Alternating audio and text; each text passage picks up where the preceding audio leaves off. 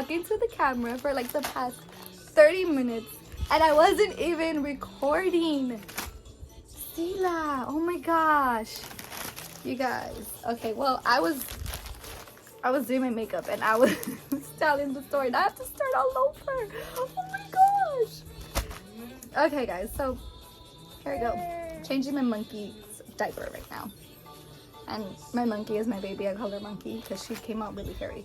But anyway. Shh, now I have to start all freaking over. Alright, so this is a lot of poop. Okay guys, so the day of okay, so I don't know if you know this, but towards the end of your pregnancy you have more frequent visits. You have weekly visits and they're there to check the baby, to monitor the baby and yourself to make sure everything is going smoothly as you get closer to your delivery date. So when I went to, I was already past my due date. I was due May 20th and this appointment was scheduled afterwards to like May 22nd, I believe, 2 days after. 22nd or the 23rd, one of those. And I went for my checkup and they were like, oh, still no baby, you know, still no baby. And I was like, no, no baby yet. She's just chilling, I guess. And then she had asked me if I was having like any contractions or anything like that, and I had told her no because I didn't feel like I was. I didn't feel anything at all. And then she was like, well, let me check. She's like, let me check if you're dilated. I'm just there like, she's gonna check me, but I'm gonna just go home because I haven't felt any contractions, so I don't know why she's checking me.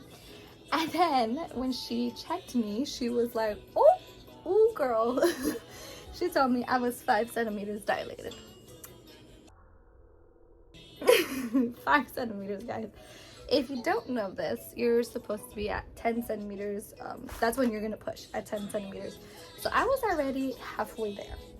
And I couldn't believe it because I did not feel a thing. I was not, and I knew this. This is what I was so worried about, like towards the end of my pregnancy. Like I was like, how am I gonna know when I'm contracting? Like how was I gonna know? Like I didn't freaking know. So she was like, I'm gonna admit you to the hospital next door, which is my hospital where I was gonna give birth at anyway, as California Hospital in downtown LA. And sorry, I'm changing my monkey's diaper and it's just everywhere. But I used the Huggies Snuggies, and she hasn't had any blowouts, so I just wanted to just say that. Watch, I have a blowout later on today with these. Anyway, but so yeah, so she admitted me. They wanted to do like a EKG, I believe, and they wanted to check the baby. They wanted to see like why baby doesn't want to come out yet. They put these bands around my belly and they monitor the baby's heart rate and your contractions. So are you okay? So they monitor your contractions, and apparently they wanted to monitor me for like an hour to see how my contractions are along, because apparently I couldn't feel them, so I was no help to them. Like I couldn't tell them, oh, I feel them every couple minutes. Like I was no help. I couldn't feel anything. So and apparently that's such a rare thing. That's such a rare thing because all of these doctors started coming into my room, and they kept checking me, and they were like, oh, we hear you don't feel any contractions. That's so rare, you know, like that's remarkable and all of this. And I honestly couldn't feel the contractions. So, ow, don't kick me. So as I was there and they were monitoring me, they noticed that my contractions were very, very close to each other. They were like at 10 minutes or 8. They were just really close. So they were close enough where they told me, okay, we're admitting you, call your husband, you're gonna stay.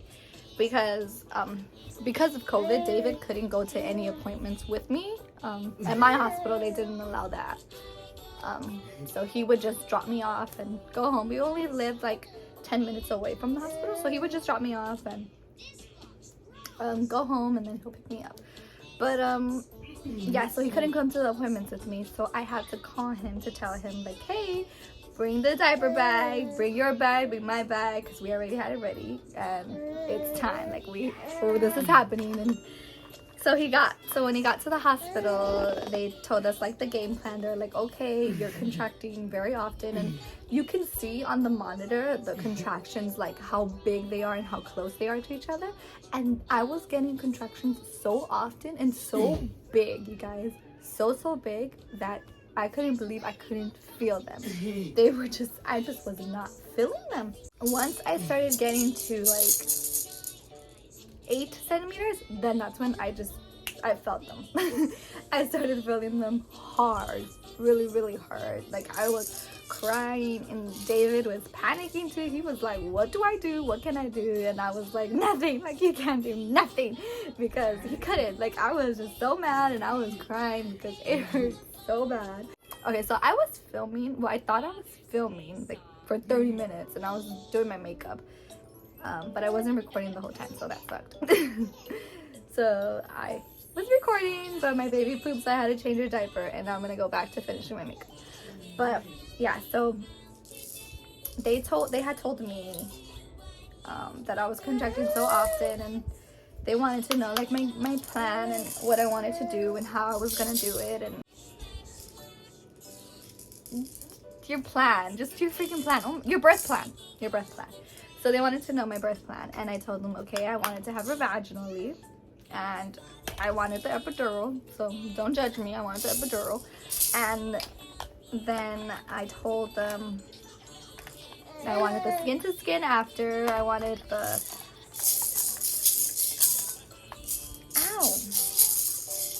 I wanted to, the delay clamping, I wanted all that good stuff, you know. I told them, and then, she keeps kicking me. Okay, but yeah, I told them my whole plan. None of that happened. When they tell you like your birth plan might not go as planned, like they really say that for a reason. Like it might not go as planned at all. Like mine didn't. Everything I wanted did not go as planned. And it's not necessarily like the doctor's fault. It's just because that's how what happens with your body, and you know what your baby needs and what's best for your baby. At all of my doctor visits, I was consistently asking, is baby like okay? What's her weight? What's her size? Like for when she comes out, like where is she around now? And they would just give me like an estimate, and they would measure my belly, and by measuring my belly, they told me she was at a perfect size, like she was good to be delivered and everything. Guys, this is my first baby, okay? So they told me that, and I was like, okay, you know, but no. So apparently, for them to actually get like a good estimate, they need to do an ultrasound. They didn't do that. They did not they didn't do an ultrasound to see her weight or anything till the day of. This is the part where everything just went like it completely did not go as planned. Now they told me I was already at like I was at 8 centimeters, and they were like, okay, let's do an ultrasound to check on baby, to make sure baby's head is still correctly positioned. So they take me to another room to get the ultrasound, and they told me that everything was looking good. She was where she was supposed to be, of course. And then they told me she was gonna be 11 pounds. 11 pounds. Yeah, you. And I was like, oh, no way. Like, I knew my stomach looked big, but I thought, it was just because, you know, I'm a pretty tiny person. So I thought, okay, it's just because of that. But Guys, they said she was gonna be 11 freaking pounds. And I was like, oh no, like that sucks. Because I'm not gonna push the 11-pound baby out. But this is where it gets like, it gets so all over the place. Because they told me,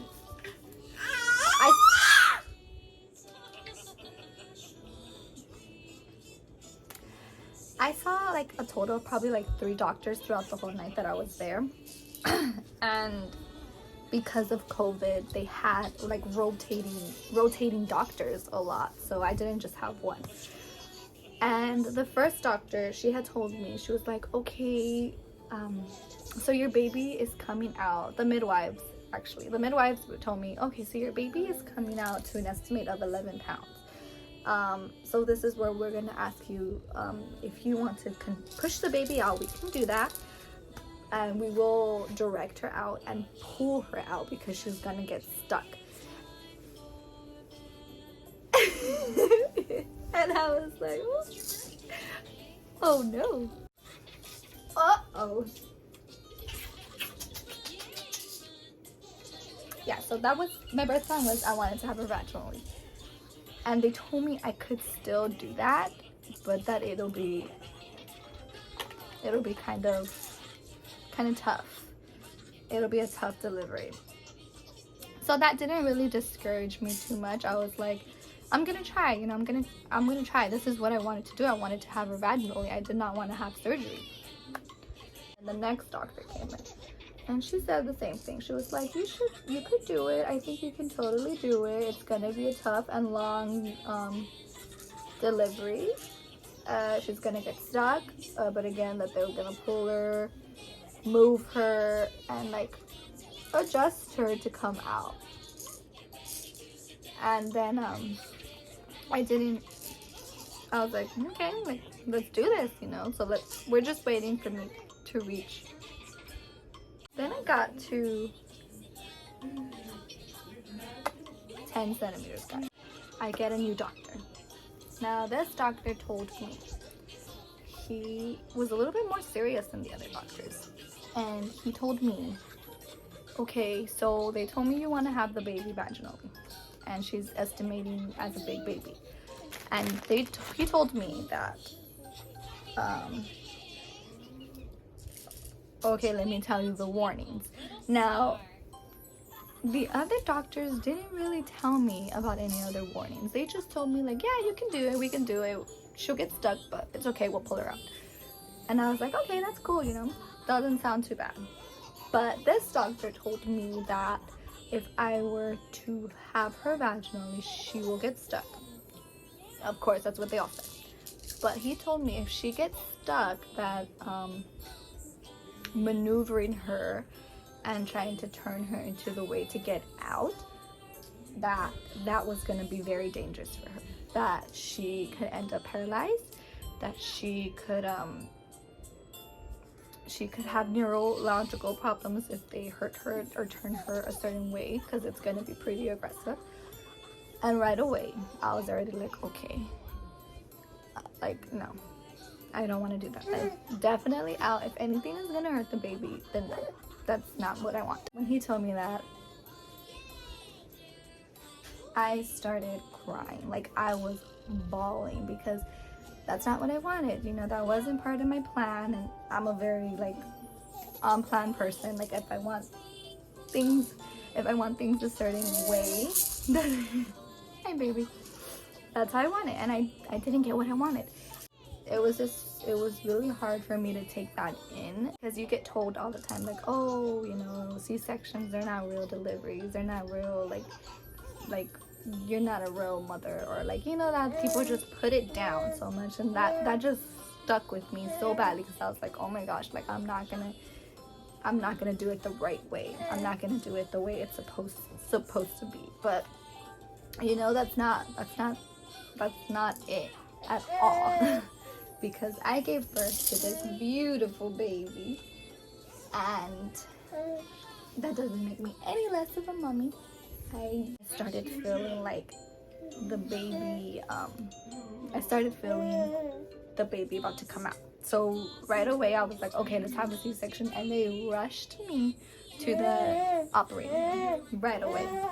The surgery was just, oh, so much movement. Like I could feel them in my, like, in my insides. Like I can feel the movement. Like they felt like they were shaking my body, and it just felt weird. I mean, you're awake for it and you don't feel anything. I didn't feel like cutting or hurting, but I felt movement, and like I knew I knew I was open. I don't know if I could explain that, but that's how I felt. And then I started getting super nauseous. Oh my goodness. I wanted to throw up. Like I felt like it, like I wanted to throw up so badly. Nothing was wrong, guys. Nothing was wrong, thank God. It was just me. It was just me. Me being scared. But yeah, and then she came out and she was 10 pounds 10 ounces, my big baby. So yeah, and she was born with so much hair, you guys. She had a full head of hair, and like even right now has it, like it's just so much hair. But we love it. Mama. But yeah, that's yes, Mama.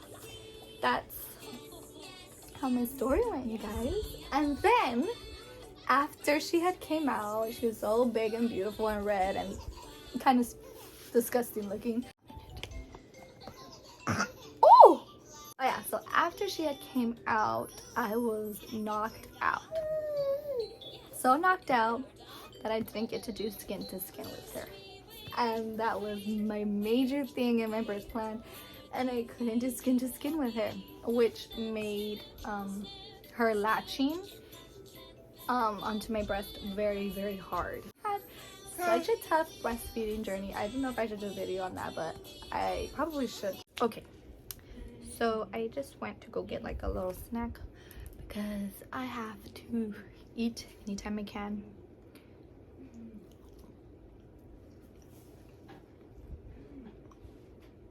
Costco chicken bakes, so good. Where did I leave off on? So yeah, I couldn't do skin to skin with her because of that. I think that's pretty much it. You know, my labor and delivery was definitely not how I thought it was gonna be. I thought she was just gonna freaking come out vaginally. I thought she was gonna be a regular sized baby, but no, she freaking was 10 pounds 10 ounces. And while I'm recording, my baby she just turned 5 months. Damn, the scissors are all the way over there. Let's do it without scissors. Okay, so I have ordered her bowl, her first bowl, and spoons and stuff, like her reusable bib, and I thought I might as well share it with you guys. I know we shouldn't, I should, you know, stop shopping at Amazon, but I have an Amazon problem, and I can admit that. But you know, I can't help it. I freaking love how quick stuff gets here. I have no patience. So baby, look at all this stuff we got. Okay, so first I got her a bowl.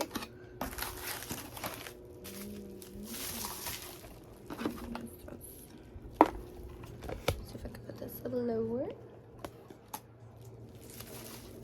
So I got her bowl with the silicone stick on. Obviously right now she's not going to be eating like full meals. Right now she's just plate eating. She's starting to like just to taste food. That's basically all that she's doing right now. So this is her bowl. This is your bowl. It's so little. I could use this to make guacamole. Okay. And it comes with a silicone spoon. I think this one was only like 12 bucks, but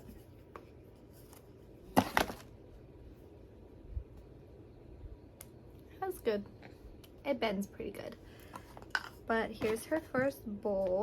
She has a lot of bibs right now for her teething, but I'm not gonna use those for when she eats. So I had got her a Mushy, the brand Mushy, bib that I can just, a silicone bib that I can just wash every time that she eats. This is so cute. Let's see if I can just testing it out. It's cool. Look at baby. Look at your little babe. Also got her, ugh, gosh.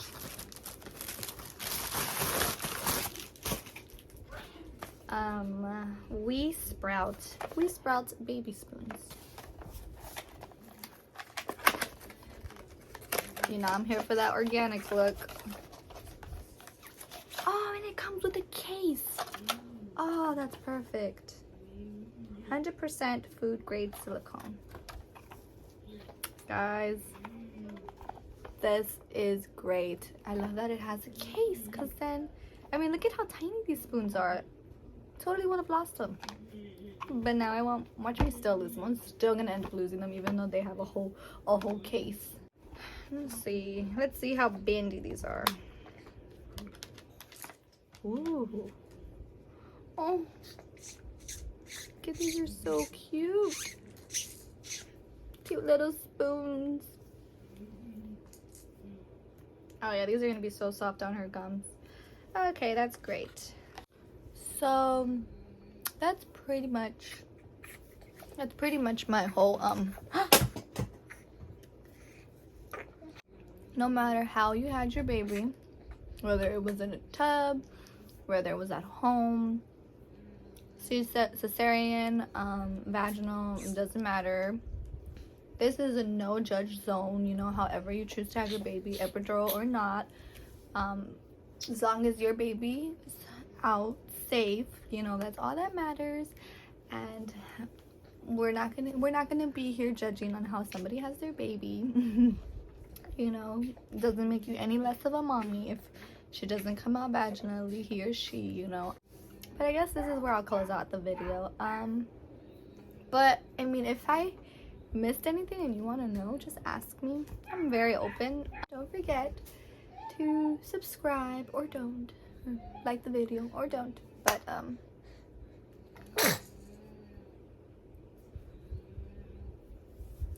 bless you, my princess.